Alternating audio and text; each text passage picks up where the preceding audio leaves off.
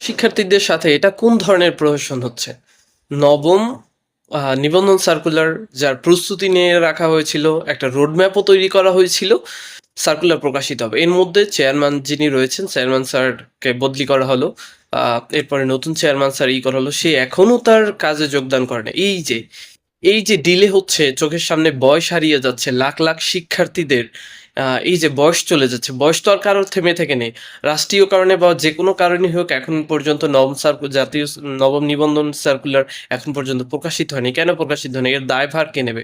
রাষ্ট্র নেবে নাকি চেয়ারম্যান সাহেব নেবে? কে নিবে এর দায়ভার কে নেবে?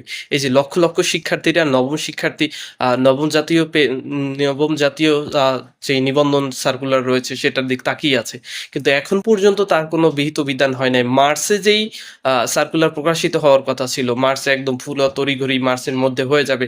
মার্চ গেল, এপ্রিল গেল, মে, জুন, এখন জুন চলতেছে। এখন পর্যন্ত ৬টা মাস অলরেডি হয়ে গেছে। এখন পর্যন্ত কোনো সার্কুলার প্রকাশিত হয়নি। কারো বয়স থেমে আছে? ২টা বছর অলরেডি হয়ে গেছে, প্রিভিয়াস নিবন্ধনের সার্কুলার হয়েছে। ২ বছরের মধ্যে এখন পর্যন্ত আর নিবন্ধনের সার্কুলার প্রকাশিত হয় নাই। এখনো তড়িঘড়ি চলতেছে, কবে প্রকাশিত হবে? এই যে এই প্রতিষ্ঠানটা নিয়ে এই যে তড়িঘড়ি ঝামেলা চলতেছে, তারা ঝামেলা করুক, কিন্তু এখানে এই যে শিক্ষার্থীদের বয়স তো থেমে নেই। কারো বয়স থেমে আছে? কারো বয়স থেমে নেই। আবার ব্যাকডেটও তো দিবে না, দিবে? ব্যাকডেটও দিবে না। তাইলে চোখের সামনে দিয়ে অনেকেই এই নিবন্ধনে আবেদন করতে পারবে না। তাদের আসলে এর দায়ভার কে নেবে? এই যে লক্ষ লক্ষ শিক্ষার্থীদের স্বপ্নগুলো নষ্ট হচ্ছে, এর দায়ভার কে নিবে? এই ধরনের একটা প্রতিষ্ঠান নিয়ে অসামঞ্জস্যতা বা একটা প্রতিষ্ঠান নিয়ে এই ধরনের রাজনৈতিক ব্যাপার-স্যাপার, এগুলো আসলে খুবই দুঃখজনক।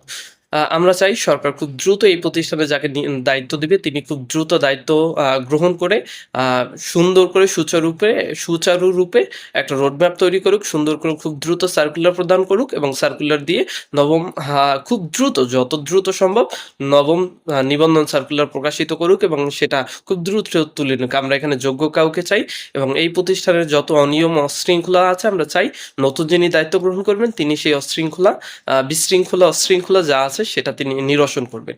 এটাই আমাদের প্রত্যাশা এবং খুব দ্রুত আমরা চাই যাদের বয়স শেষ হয়ে গিয়েছে, যারা বয়স পাচ্ছে না তাদেরকে ব্যাকডেটেড দেওয়া হোক।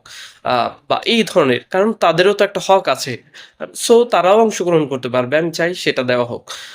সরকার এখানে খুব দক্ষ কাউকে দান করুক এবং এই প্রতিষ্ঠানকে সরকার খুব ভালো করে হ্যান্ডেল করুক। আমরা সেটাই চাই। সবাইকে ধন্যবাদ। আসসালামু আলাইকুম। আপনাদের মতামত কি সেটা জানান।